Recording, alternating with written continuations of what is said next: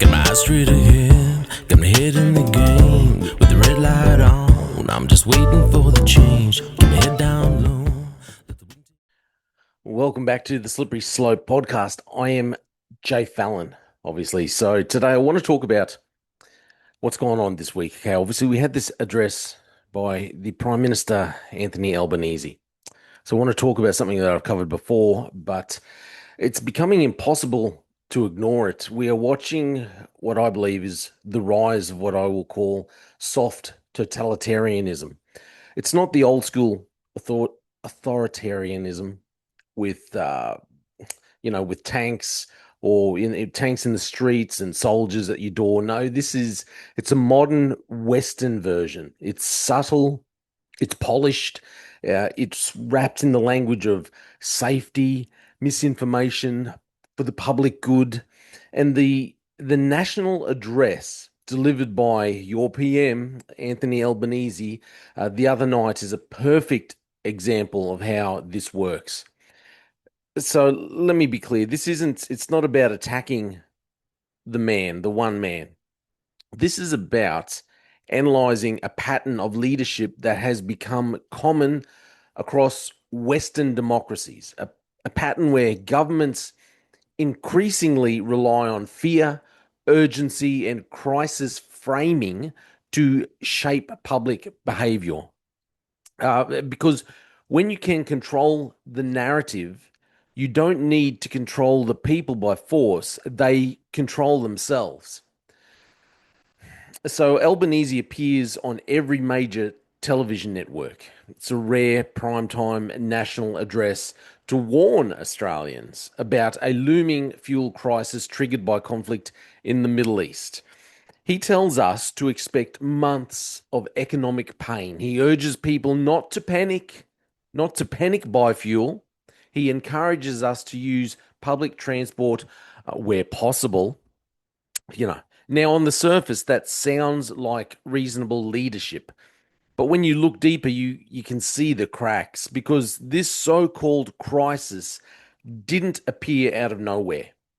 It was predictable, it was foreseeable, it was preventable.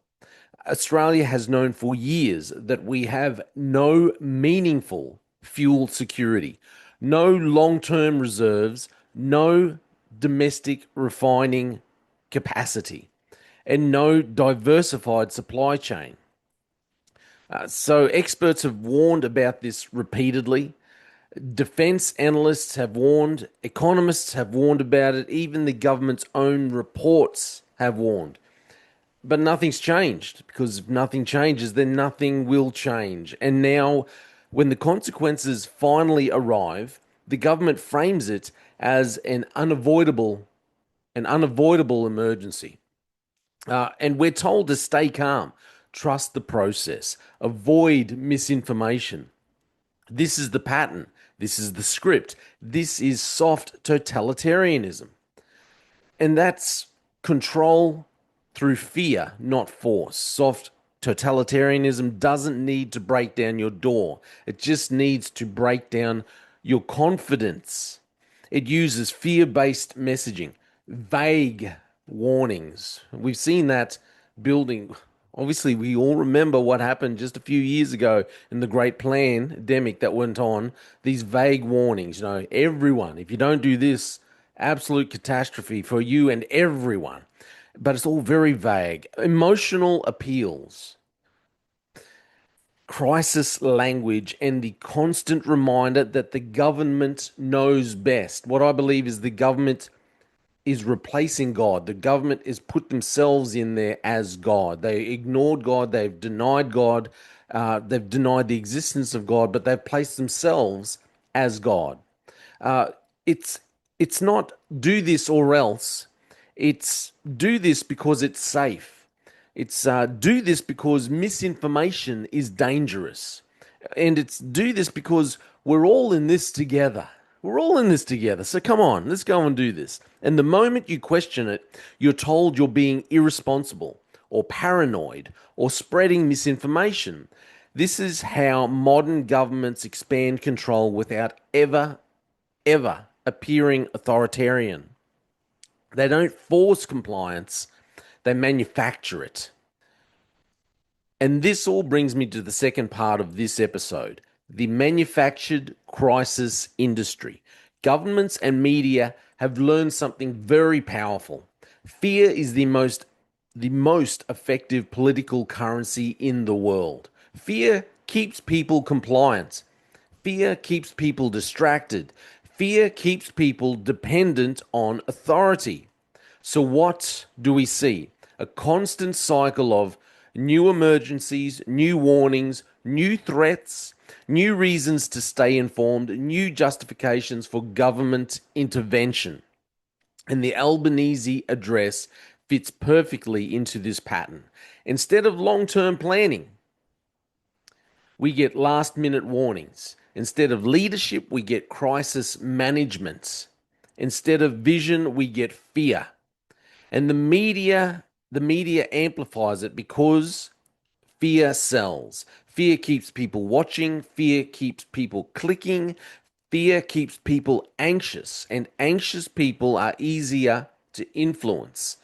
This is not accidental, this is not random, this is a system that they've created. So, this is how I see Australia's leadership and what Australia's leadership problem is. And I've spoken about this a lot when I've talked about issues within the Queensland Police. And that is the leadership has no vision, there's no planning, there's no risk assessments. Here's the uncomfortable truth: Australia does not do long term planning. We don't do serious risk assessments. We don't prepare for predictable crises. We react, we scramble, we blame external forces, and then we act shocked when the consequences arrive, whether it's fires, floods, pandemics, supply chain failures, or fuel shortages. We always seem to be caught off guard. This isn't bad luck, this is bad leadership. Leadership requires foresight. Leadership requires courage. Leadership requires the willingness to make hard decisions before the crisis hits, not after. And that's what we are missing. Now, let's bring this back to Scripture because the Bible speaks directly to this moment. The Bible warns repeatedly about deception, false assurances, and the misuse of power. It tells us to be discerning, to test everything, and to avoid being swept up in fear. And then there's the verse that cuts right through the heart of this entire issue. In 2 Timothy 1:7, it says, God has not given us a spirit of fear, but of power, love, and a sound mind. Fear does not come from God. Manipulation does not come from God. Confusion does not come from God. A sound mind, clarity, discernment, truth, that's what God gives. And that's exactly what governments and media try to take away when they rely on crisis narratives to control public behavior. Because a fearful population is easy to manage, but a discerning population is impossible to manipulate. So when you see national addresses framed around fear, when you see governments warning about misinformation, when you see media amplifying crisis after crisis, when you see leadership that reacts instead of preparing, recognize the pattern. This is soft totalitarianism. This is the manufactured crisis machine. This is how modern societies are controlled, not by force, but by fear. And the only antidote is truth, courage, and a sound mind. As always, this is just my opinion. I'm Jay Fallon, and thanks for listening to the Slippery Slope podcast. They just fuel a desire that will take me higher. I'm on fire because nothing's gonna bring me down. Nothing's gonna bring me down. Nothing's gonna stop me now. No more demons to be done. No nothing's gonna just focus on me. stop me now.